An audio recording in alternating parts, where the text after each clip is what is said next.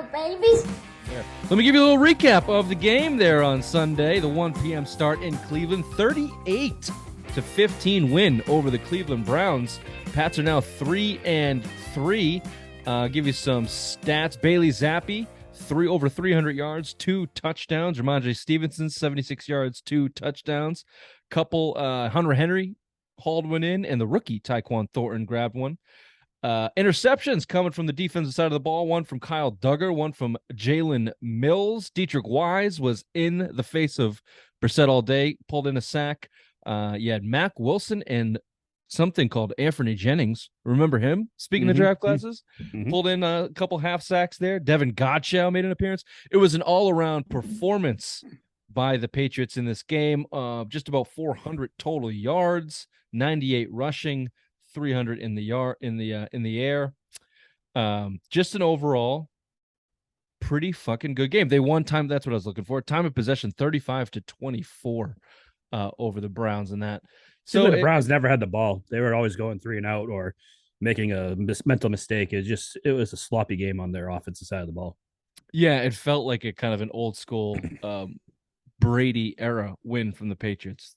The offense took what was given to them, took advantage, got touchdowns when they were in this right pace to get touchdowns. The defense handled their shit when they needed to, and then they let the other team kind of shit down their poopy pants and take advantage and just extend a lead too big enough for the other team to really do what they want to do, especially when Jacoby Brissett's your quarterback and you're the Cleveland Browns. You can't overcome shit like that. You are still in last place as the New England Patriots at 3-3. Record tied with the Miami Dolphins, who have now lost 3 in a row. Trash organization. Just that you heard it here first. Tua's coming back. Don't worry. Everything's gonna be fine now. 3 years ago, you heard it here. That is a trash organization. They will never get out of their own way as long as that scumbag is still an owner. Jets 4-2, a convincing win over the slumping Green Bay Packers. Did Aaron Rodgers get pulled in that game? I don't know. I think he did. They scored a touchdown in the second half, but yeah, I mean, eventually it was certainly out of reach for them. The Packers just might stink, and then the Bills got another big win in Kansas City in a close game. That's 2 close game wins in a row. That might smell trouble. The Bills might be finally breaking through. But as we said this, or you said this 3 years ago, Josh Allen in those big time games, mental mistake. Did you see that fucking shuffle pass he did? That was a fumble. Yeah. Did you see that sequence? Oh my God. I was thinking of you when I was watching them. Like, oh, here we go. Buffalo was rolling. Then he does that. And I'm like, oh, Kansas City's going to get the ball, go down, score. That's all it is. Yeah. A rare, and Mahomes didn't end up getting the ball back there. And usually he goes down and makes something happen. So yeah, you put that game in prime time in I mean, it kind of was. It was a game of the week or whatever they were calling it. That's 425. You put it at 8:20 in December. It's not going that way. I don't know. The Bills still have something to prove in that spot, but that's neither here nor there. Right now we're in October, and the Patriots are in last place, still at 3-3, but climbing with 2 wins in a row. Let me give you some key sequences to the game. Basically, 2 drives: the first scoring drive, and then the drive after halftime. And this was the Zappe show. It was absolutely the Zappe show. They let him sling the ball around a little bit. Play action was cranking. But that second quarter touchdown drive, the first touchdown drive of the game, 9 plays, 4 minutes and 25 seconds, 87 yards. Here are all the first down throws from Bailey Zappe. The first one was to Henry. It was the first down play. Patriots 13-yard line, pump out to Henry. They got the tight ends working in this game. Love to see it. The next one was another first down play, kind of a deep cross to Myers. He let this happen. Bailey Zappe let this happen all day. They were playing a lot of zone. He let Myers or whoever else cross the field, get behind the linebackers, and then touch through it right to him. That was a 16, 17-yard play. That was nice. Then you had that bullet to Parker, who just fucking snatched it, coming left to right, snatched it out of the air for another first down. You had a nice screen to Tyquan Thornton, who dragged some tacklers, his skinny little fucking twig legs. Broke some tackles. He's fast. He fast. And then on 3rd and 10 from the Browns 30, you had the, dare I say, genius play call from Skinny Ray, that walking nutsack. It wasn't quite a draw play. It was just a shotgun handoff to Ramanam Ding Dong Stevenson, And he did the who rest. He did the rest. he did the rest, punched it in for the touchdown. That made it 10-3. You never trailed after that point. You were in total control of the game.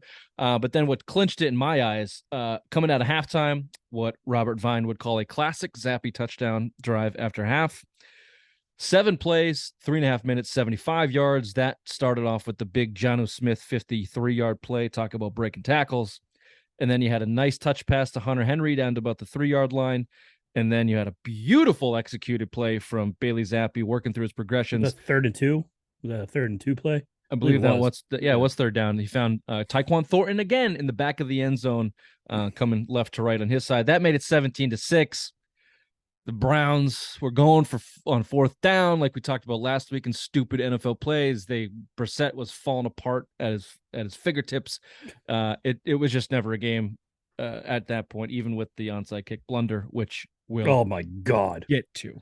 All right, Raymond, show me your Zappe. 24 of 34, 309 yards, 2 touchdowns, no picks. The only rookie quarterback in NFL history to start his career with 2 games over 100 passer rating and 2 wins and whatever else the stat nerds compiled there. Yeah. Go ahead. I had him for 3 plus throws. That Tyquan Thornton touchdown was a plus throw to me. There was a nice 3rd down later in the game where he kind of worked out of the pocket and sidearmed it to Stevenson for a 1st down. And then the 1st and 15 I talked about to Jacoby Myers. So I don't know. You're the Bailey Zappe guy. The only thing I like is that he's pulling the ball around.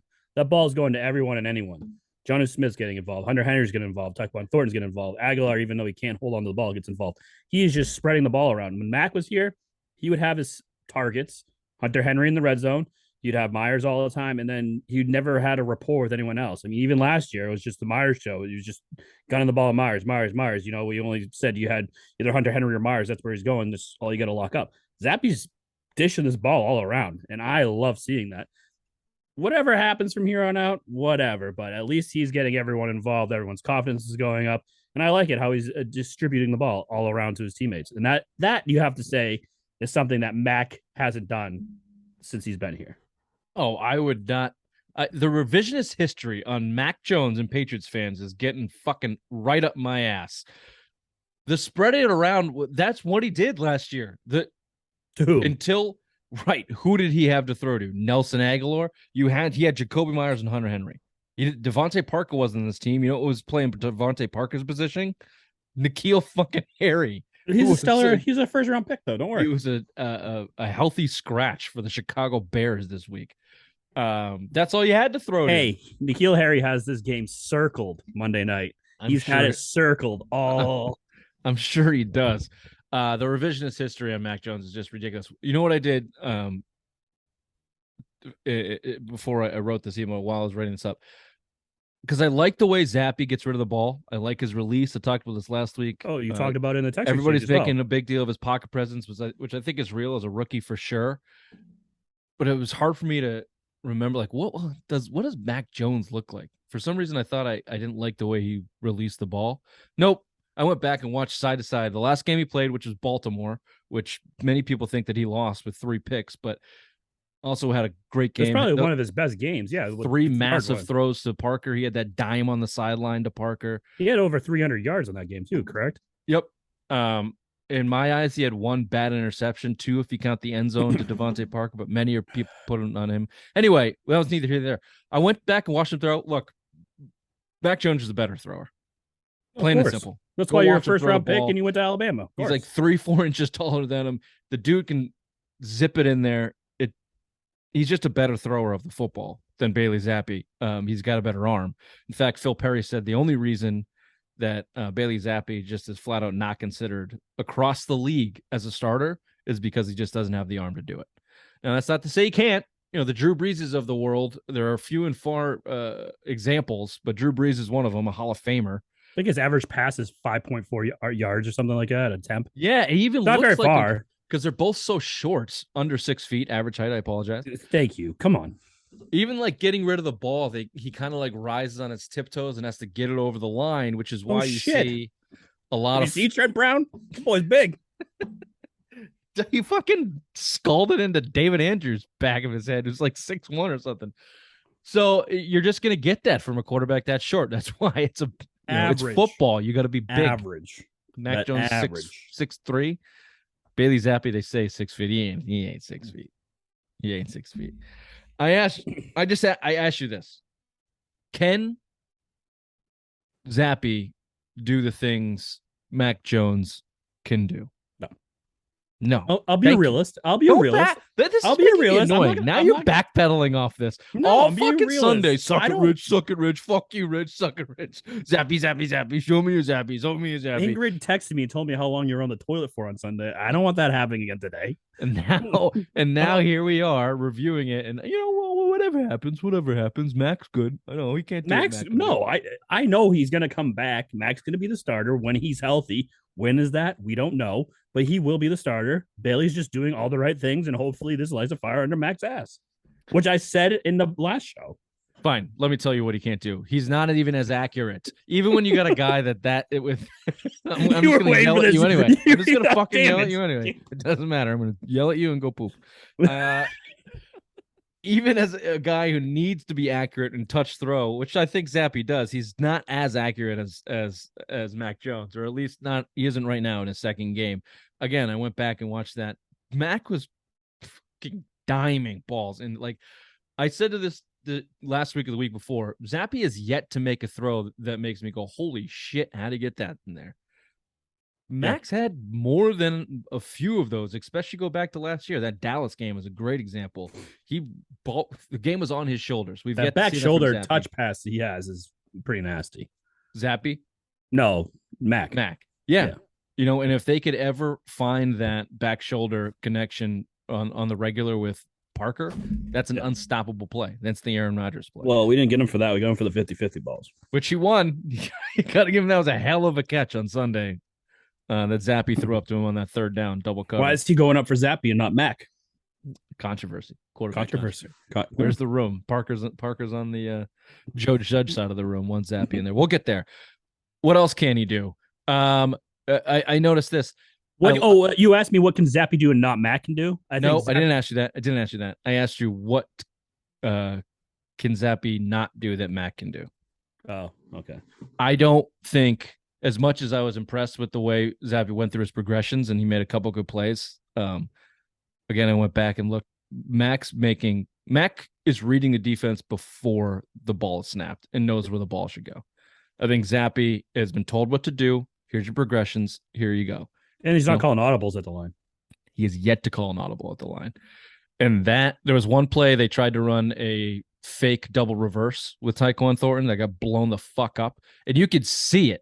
Like there is still 5 or 6 seconds left on the play clock, and the Cleveland brought everybody to the line. They were coming. They knew what was going to happen. You almost saw Zappe hesitate with the snap, like, "Oh, this isn't going to work." But I don't have it. I have nothing I can do about it. So hike.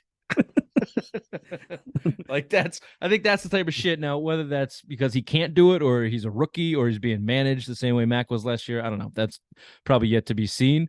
I like the kid. I think that his ceiling is lower than Mac Jones's.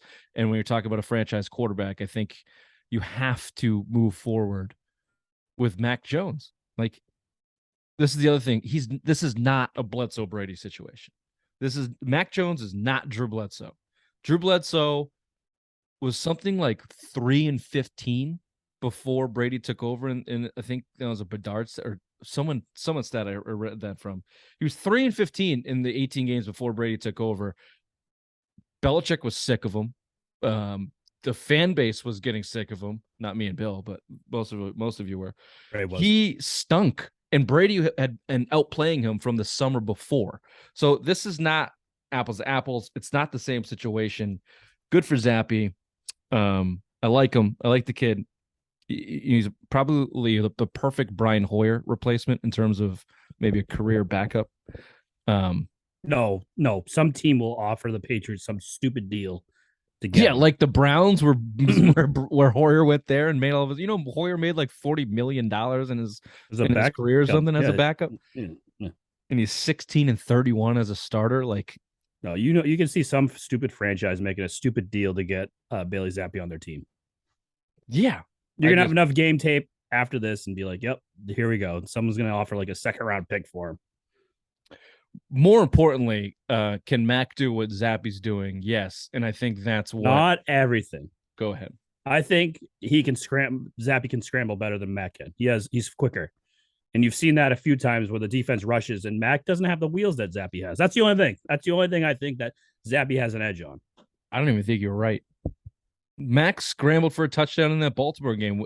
We saw Zappy on a bootleg get dragged down before he could reach the first down. I don't think he's as fast. He just looks faster because he's got little legs like you. When you start scurrying around the field and your feet are moving a million miles a second, but your body is just kind of slogging along. Well, it's a big belly to throw around nowadays. Yeah, I mean, Jesus Christ. Bailey's got a big Zappy that he's dragging along, and I don't think he's as fast as Mac. At best, it's maybe a I'm gonna have to look at there 40 times. I'd give you a plus in the way Bailey Zappi's been moving around the pocket, at least this season. There have been times where Mac Jones looked like he was a chicken with his head cut off at times in that pocket. And that's not good. I'll give you one. I'll give you an example of Zappe doing it though. That intentional grounding that caused Nick Folk to lose his record-breaking streak.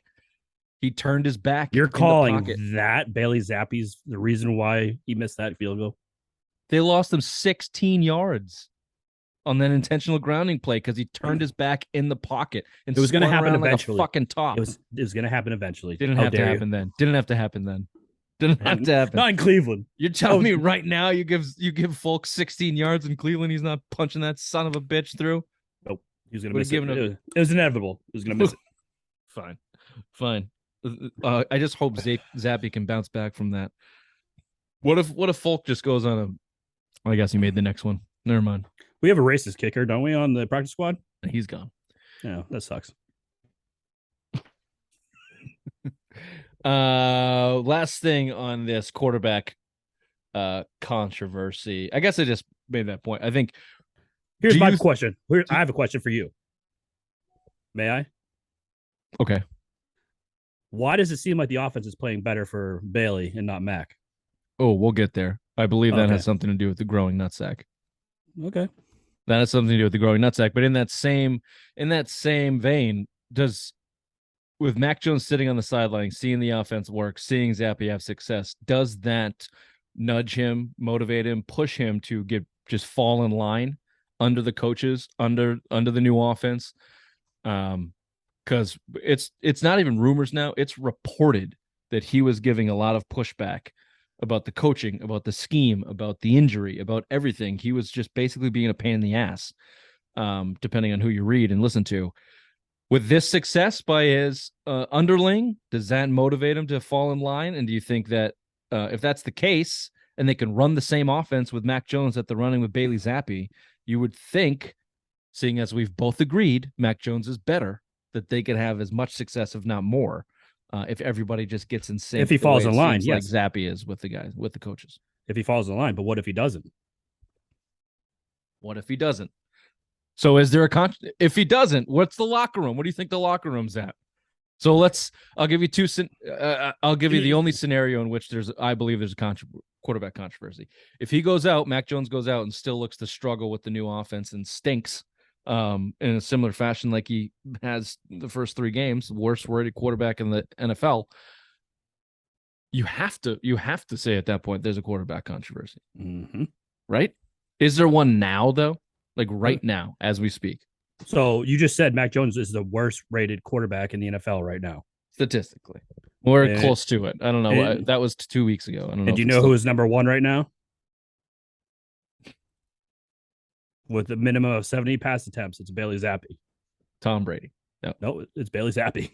So, I mean, you look at it, there could be if he comes back and still looks like shit and the offense is just falling apart with him at behind center, yes, there will be a quarterback controversy for sure.